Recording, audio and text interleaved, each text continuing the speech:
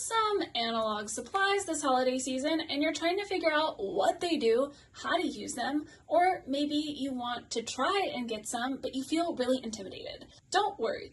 My name's Mel, and in this video, I am going to show you how to feel more confident using analog supplies to get back to your human creativity. I'm an adventure artist, which means I'm constantly filling all kinds of sketchbooks with fun spreads based on my adventures and the things that I see. So I'd love for you to come with me on an adventure into learning how to make supplies work for you. So I want to walk you through some steps for getting to know your supplies, feeling a little bit more comfortable with using them, and also not be afraid to bring them with you everywhere you go. Because the more you use analog, the less you'll use your phone, and that's the whole reason why we're doing this in the first place, right?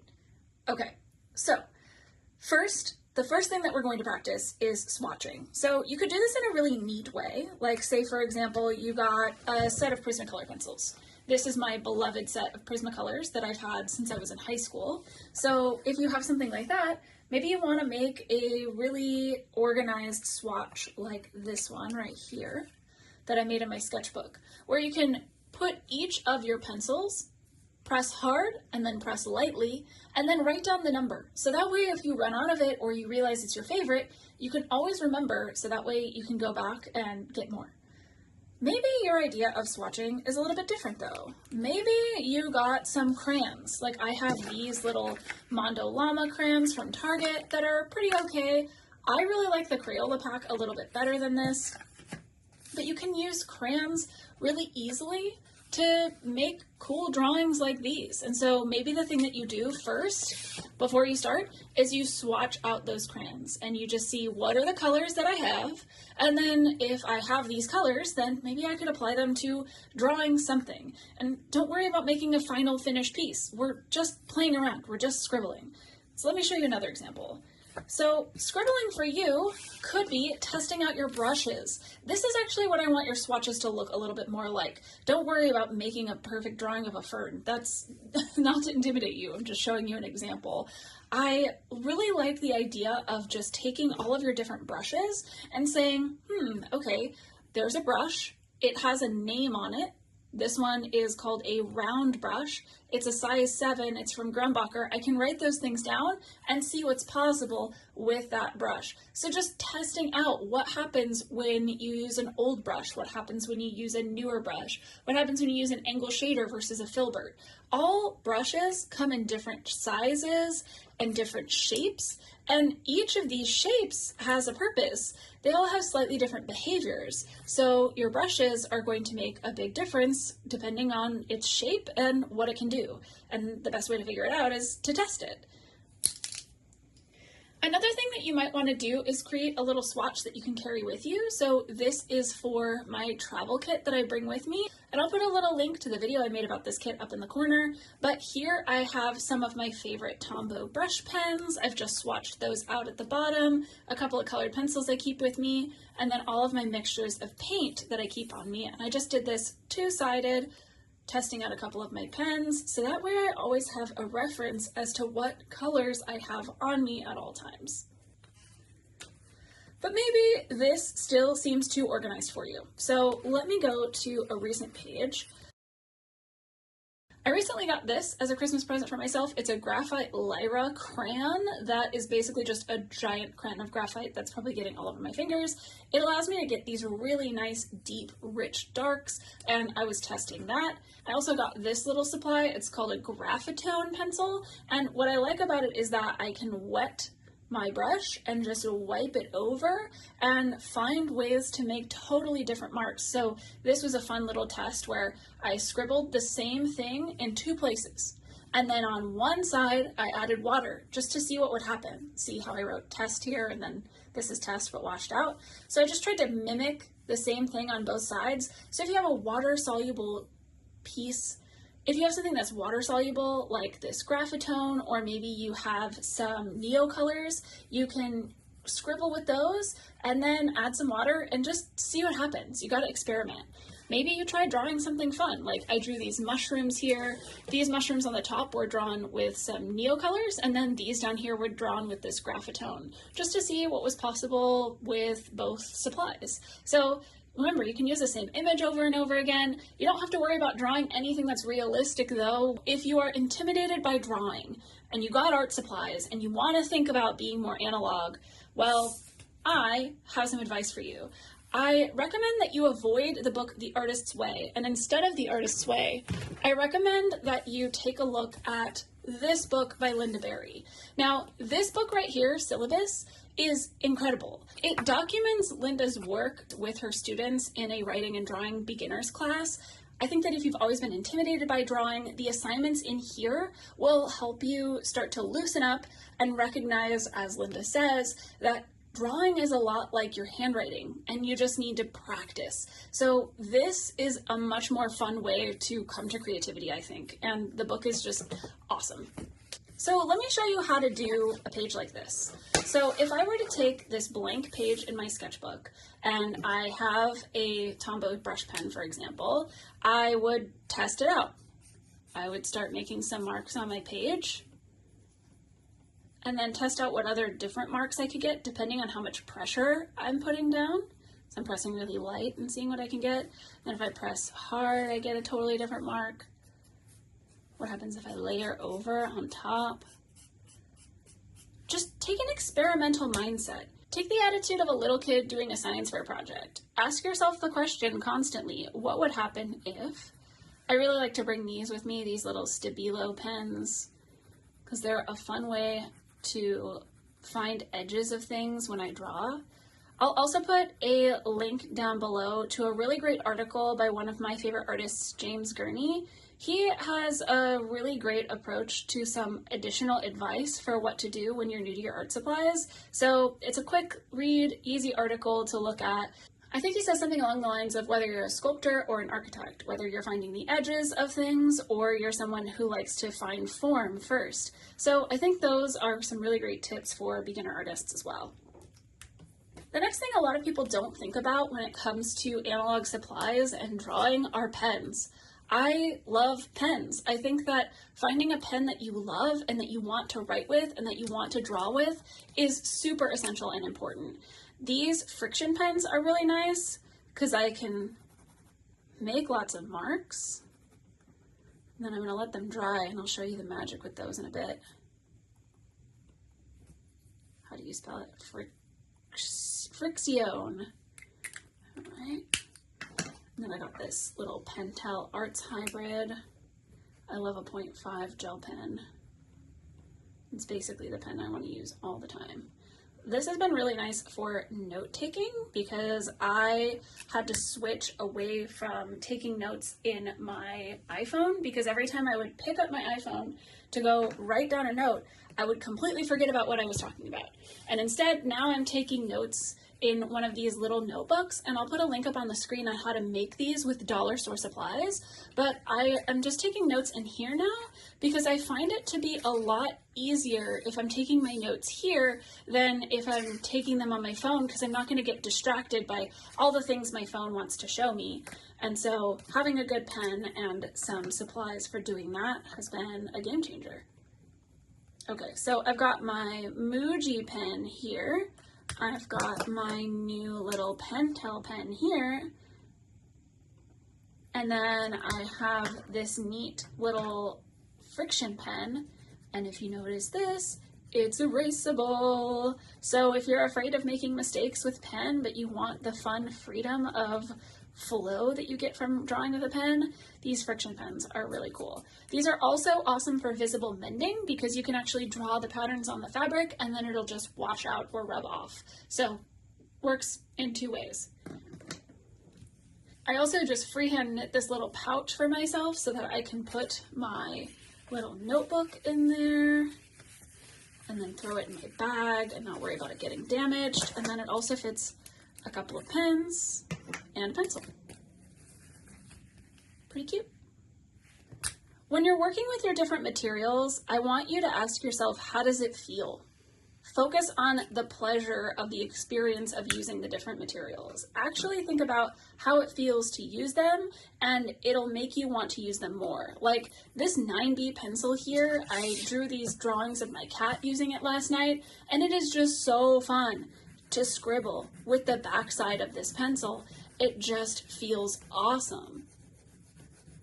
And I could cover so much ground so quickly without having to press very hard. So find the things that bring you joy. If you go to an art supply store like a Blick, you can usually test out different supplies like this, different pens, and make sure that they're your jam and that they bring you joy before you take them home with you, which is really excellent.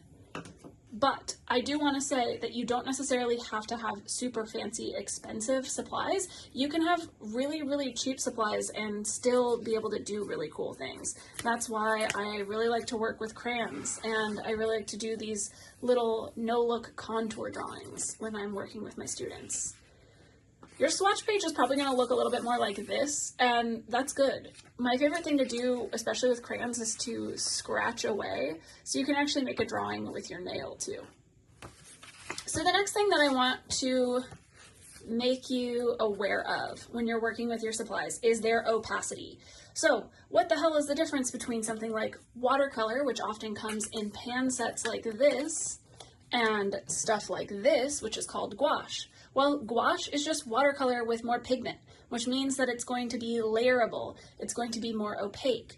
Something like a 9B pencil is going to be really heavy. It's going to be really opaque versus a really light pink colored marker, right? They're going to behave in very different ways. So think about the order of things. Which items that you have in your analog kit would you use first, second, third? What happens when you layer them on top of one another? That is really key. Rather than just telling you about opacity, I want to show you something. So this was the sketchbook that I started when I came back to making art after totally quitting back in 2019. And I did some swatching. I used some alcohol-based markers and my Prismacolor set that I had from high school. And what I was doing is I was painting my leftover acrylic paint and then layering my colored pencils on top. And once I got the hang of this and started to really love it, I realized that instead of colored pencils, what if I could use neocolors or a type of fancy crayon to layer more opaquely? And that's what I got with the results here. So these are all using that same technique. And I think it's a really fun thing to do. What happens if I make a color on the page first with something like a brush pen or watercolor, and then I layer on top of it with crayons, or I layer on top of it with collage? It's such a fun thing to do. Another thing that I think is very fun is this game. I think this is a fun game to play, especially if you have kids or if you just want to loosen up. This is a version of it that I played with my partner. So what I did is I drew these blobs using an alcohol-based marker. Then he used a pen and drew on top. So you've got this little butt guy, you've got this guy drinking some water. I don't know what's happening here. Oh, flaming bean, some houses on a butt. You know, like, let it be silly, let it be fun and funky and weird, and this is the way that you can set yourself free this year. So again, as you're going through your swatches, I really want to highlight the importance of labeling things. This will save you later. So labeling the color that you used, and then also you can even label the type of brush that you're using when you're doing tests like this. My favorite place to put labels like this is on the inside cover of my sketchbooks. This is also where I put the rules for my sketchbooks. If you want to make rules like this for your sketchbook, or you're trying to get into sketchbooking, I'm going to put a link up in the top of how I actually make these rules and evaluate my sketchbooks when they're halfway done. But you don't have to fill a whole freaking sketchbook with art in order to be an artist or to have an art practice that brings you joy. One of the things that I am trying to do this year is to just use my planner instead of as a planner, but as a single daily drawing space. So It's currently Friday, January 2nd when I'm filming this, and so these are some of the drawings that I've made in my planner. It's a lot more text-based than I have made before. Like in this sketchbook, I always felt like I had to make a beautiful painting whenever I would make something. But here, I can just write and think about the books that I'm reading and think about my life as a writer and an artist. And so I think something like this is a great way to feel a lot less intimidated with your analog supplies as you are getting into this year. So now I want to demo something that I typically share with my watercolor students. I always like to wow new painters by letting them know that you can make basically every color possible with these 4 colors. So this is what's known as CMYK: cyan, yellow, magenta, and black, or K. And so those colors are what's in basically every printer. They are also the colors that I used to make this spread. So I'm going to walk you through a quick system that if you got some paints or you want to try painting, called a color chart, that will totally change the game for you. So I'm going to go ahead and get my supplies out for that, and let's get started. So here's what you're going to need to make a color chart. You're going to need some watercolor paper. This is watercolor paper I got at the Dollar Tree. So it was $5 for 24 sheets of this pretty decent watercolor paper. So I'm going to be using this for the demo I give you today. I'm also going to be using some acrylic gouache. This is a hybrid between acrylic paint and gouache, and I do find it really easy to use for beginners, so I'll use that. I'm going to need a pencil. This is just a standard number 2 pencil that has a nice little phrase on it there. I'm going to need a ruler. I really like these little see-through red rulers because it's always easier for making things like grids.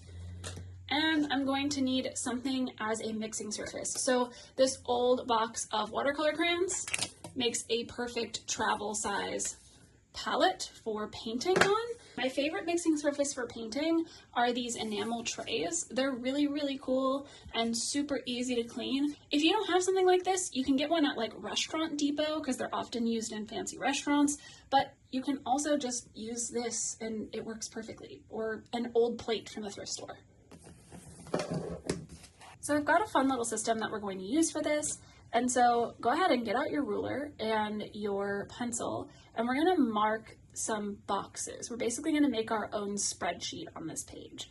So I'm just going to place my ruler where I have the 6 on the very edge of this paper. This paper is 8 by 10, so I'm giving myself 2 inches on this side, and I'm going to make a bunch of little boxes in here. So putting a mark every ½ inch.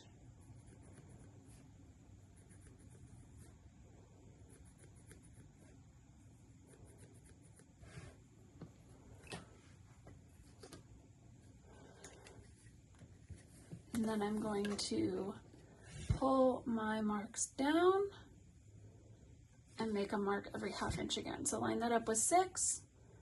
1.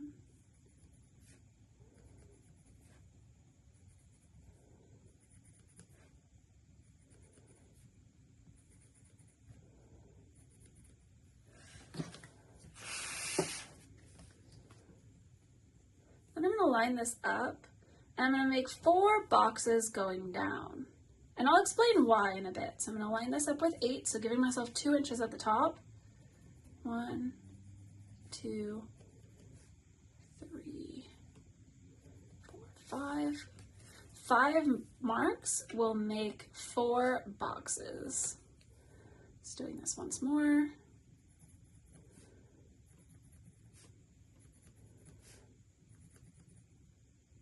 Now that I have these lines here, I can connect these 2 points. So let me go ahead and do that.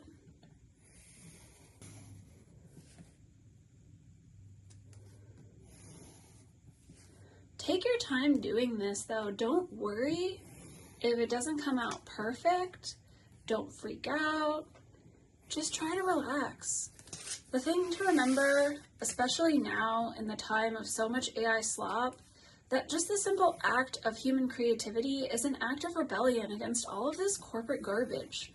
It's nonsense. And the act of making has been something we've been doing since cave paintings. So trust me, no stupid chatbot is going to take away the meaning of creativity and the meaning of doing things with our hands.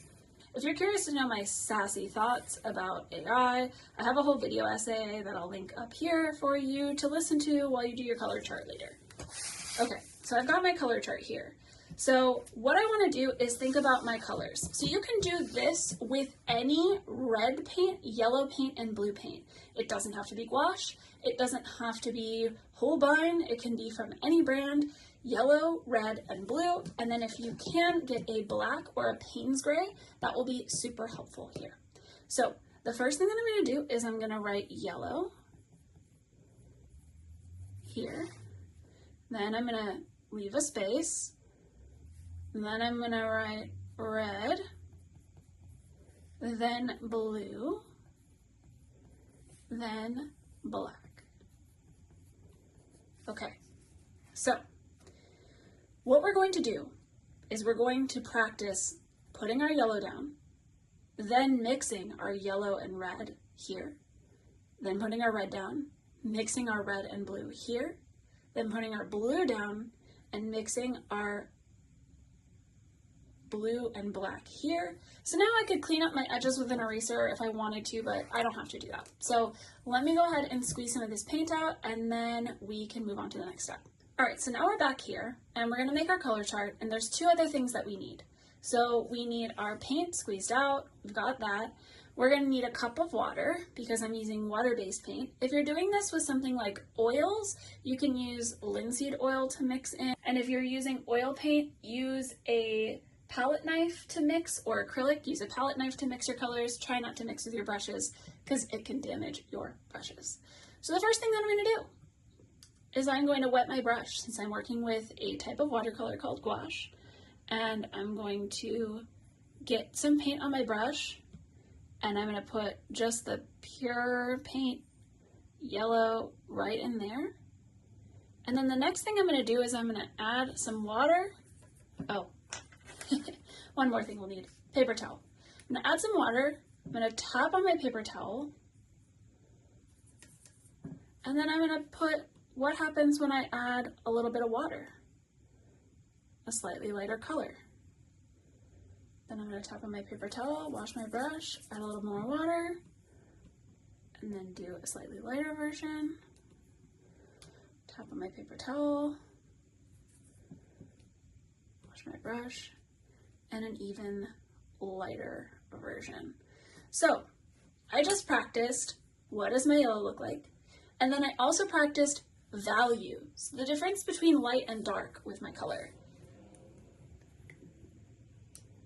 Next up, I am going to grab my red. I'm going to put my red here. Notice how that red doesn't really look like a red, it looks like a purple. That's okay, wait till you see what happens when we mix our red and our yellow. Then I'm going to add some water. Make a slightly lighter color. And because the value of this red or magenta is slightly darker than the value of yellow, you can really see the dramatic differences as I go lighter and lighter in value.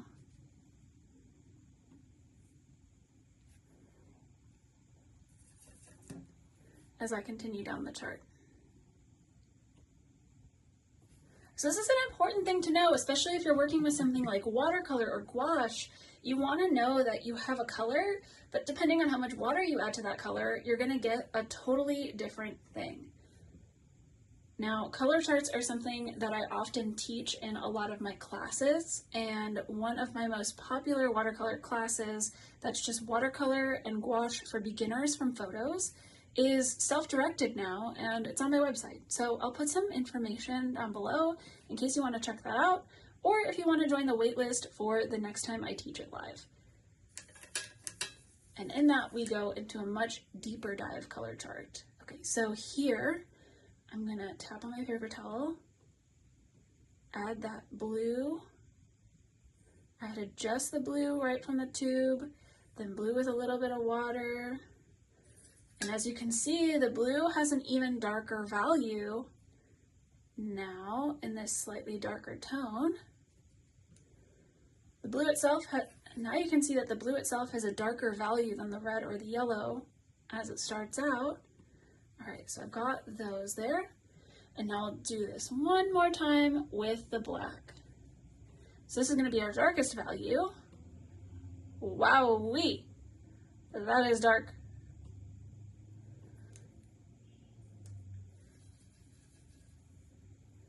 Add a little water.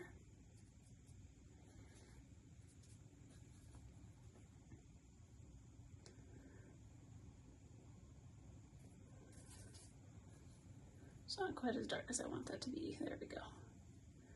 Add a little water, then add a little bit more water.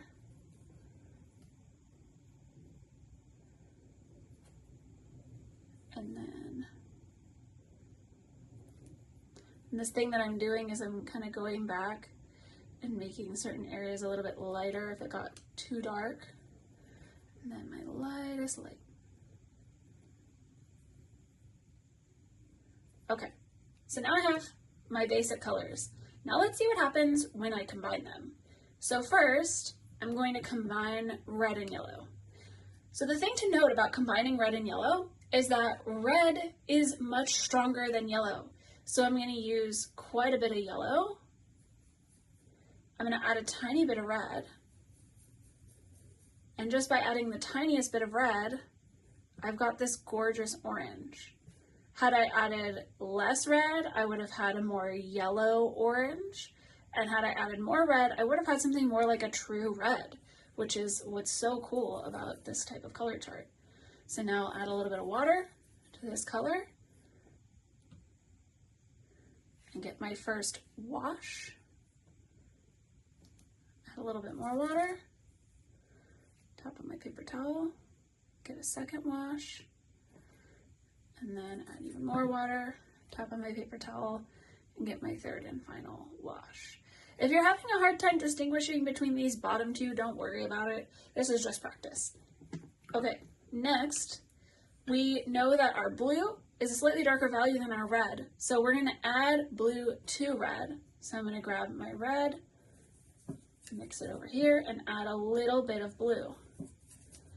And I'll add a little bit more blue. And I'm doing this to taste. I'm basically just adding a little bit of extra each time until I get a color I like. And now I've got this gorgeous purple. If I added more blue, it would have been more of a blue purple. Had I added less blue, it would have been more of a kind of magenta color.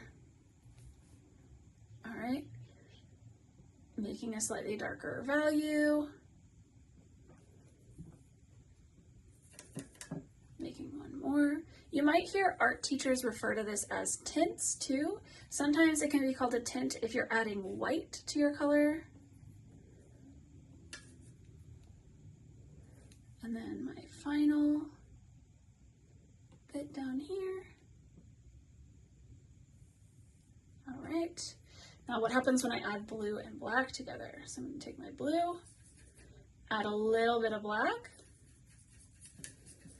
And the more that you play with color, the more that you're going to notice certain colors are going to overpower others at different rates.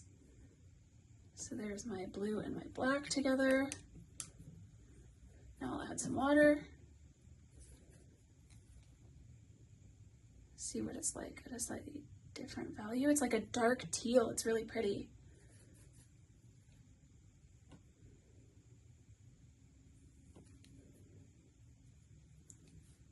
And see the lightest version of it here.